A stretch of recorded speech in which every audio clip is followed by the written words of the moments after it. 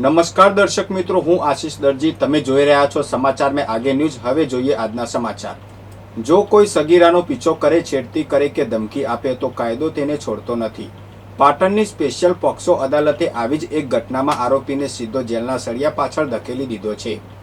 ઘટના છે ચાણસ્માની, જ્યાં ઇન્દિરાનગર સોસાયટીમાં રહેતો 25 વર્ષીય જીગર સોલંકી એક સગીર બાળાને સ્કૂલે જતી વખતે છેલ્લા 1 મહિનાથી હેરાન કરતો હતો.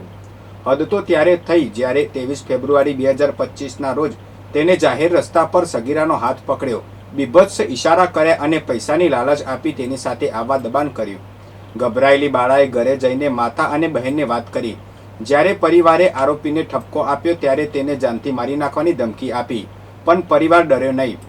તેમણે ચાણસ્મા પોલીસ સ્ટેશનમાં ફરિયાદ નોંધાવી. પોલીસે તાત્કાલિક બાળાના સ્કૂલના દસ્તાવેજો મેળવીને સાબિત કર્યું કે ભોગ બનનાર સગીર વયની છે.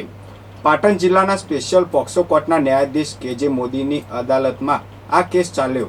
સરકારી વકીલ જે.જે. બારોટની ધારદાર દલીલો અને પુરાવાઓને આધારે કોર્ટે ઐતિહાસિક ચુકાદો આપ્યો છે. મહેસાણા શહેરના ઐતિહાસિક અને વ્યસ્ત એવા તોરણવાડી માતાના ચોક વિસ્તારમાં છેલ્લા કેટલાક સમયથી ટ્રાફિકની સમસ્યા સ્થાનિક રહીશો અને વાહન ચાલકો માટે ભારે માથાનો દુખાવો બની ગઈ છે. મહાનગરપાલિકા દ્વારા આ વિસ્તારને હેરિટેજ લુક આપવાની કામગીરી તો જોરશોરથી ચાલી રહી છે, પરંતુ તેની સમાંતરે ટ્રાફિક વ્યવસ્થાનું કોઈ નક્કર આયોજન ન દેખાતા સ્થાનિકોમાં રોષ વ્યાપી ગયો છે. ટ્રાફિક જામનું મુખ્ય કારણ રસ્તાની બંને બાજુએ ગેરકાયદેસર રીતે ગોઠવાયેલા શાકભાજી વિક્રેતાઓ હોવાનું સામે આવ્યું છે. સ્થાનિક વેપારીઓ અને રાહદારીઓના જણાવ્યા અનુસાર સવાર અને સાંજના પીક અવર્સ દરમિયાન આ ચોકમાં સ્થિતિ અત્યંત ગંભીર બની જાય છે. રિક્ષાઓ, ટુ વ્હીલર્સ અને કાર ચાલકો એકબીજાથી આગળ નીકળવાની હોડમાં આખા રસ્તાને બ્લોક કરી દે છે. શાકભાજી ખરીદવા આવતા લોકોના વાહનોના આડેધડ પાર્કિંગ અને વિક્રેતાઓની લારીઓને કારણે પદયાત્રીઓ માટે ચાલવાની જગ્યા પણ બચી નથી. સ્થાનિકોએ આક્રોશ સાથે જણાવ્યું હતું કે જે રસ્તો પસાર કરવામાં માંડ 5 મિનિટ થાય ત્યાંથી નીકળવામાં અત્યારે 20 થી 25 મિનિટનો સમય વેડફાઈ રહ્યો છે. એક તરફ તંત્ર આ વિસ્તારને પ્રવાસન અને હેરિટેજ દ્રષ્ટિએ વિકસાવવા માંગે છે, જે આવકારદાયક છે, પરંતુ બીજી તરફ આ જ રસ્તા પર રોજગારી મેળવતા શાકભાજી વિક્રેતાઓના પુનર્વસન અંગે તંત્ર પાસે કોઈ સ્પષ્ટ નીતિ દેખાતી નથી. પરિણામે બ્યુટિફિકેશનની કામગીરી વચ્ચે રોજિંદી હેરાનગતિમાં ધરખમ વધારો થયો છે. કડી તાલુકાના વડપુરા ગામની ગૌચર જમીનમાંથી મોડી રાત્રે થતી ગેરકાયદેસર માટી ચોરી અટકાવવા ગયેલા તાલુકા પંચાયતના પૂર્વ પ્રમુખ અજીતભાઈ પટેલ અને વડપુરાના પૂર્વ સરપંચ સહિત 3 ખેડૂતો પર 15 થી 20 જેટલા સશસ્ત્ર ભૂમાફિયાઓના ટોળાએ ઘાતક હથિયારો સાથે જીવલેણ હુમલો કરતા સમગ્ર પંથકમાં ચકચાર મચી ગઈ છે. હુમલાખોરોએ સરકારી સંપત્તિ બચાવવા ગયેલા પૂર્વ પ્રમુખનું ગાડીમાં અપહરણ કરી ગળું દબાવી જાનથી મારી નાખવાનો પ્રયાસ કર્યો હતો અને બંને લોકપ્રતિનિધિઓના ગળામાંથી ₹8.20 લાખના સોનાની કંઠીઓની લૂંટ ચલાવી ફરાર થઈ ગયા હતા. લોહીલુહાણ હાલતમાં નંદાસણ પોલીસ સ્ટેશને પહોંચેલા ખેડૂતોની આ ઘટનાને પગલે કડીના ધારાસભ્ય સહિતના રાજકીય આગેવાનો દોડી આવ્યા હતા. પોલીસે આ મામલે રાયોટિંગ, અપહરણ અને લૂંટ સહિતની ગંભીર કલમો હેઠળ ગુનો નોંધી સમગ્ર વિસ્તારમાં ચુસ્ત પોલીસ બંદોબસ્ત તૈનાત કરી ભૂમાફિયાઓની શોધખોળ હાથ ધરી છે. વૈશ્વિક ક્લાઇમેટ ચેન્જ સામે લડવા અને સમગ્ર જીવસૃષ્ટિના રક્ષણ માટે પાટણ નજીક આવેલા નોરતાના મહાકાળી પીપળવન ખાતેથી એક અનોખી પર્યાવરણીય પહેલની શરૂઆત થવા જઈ રહી છે.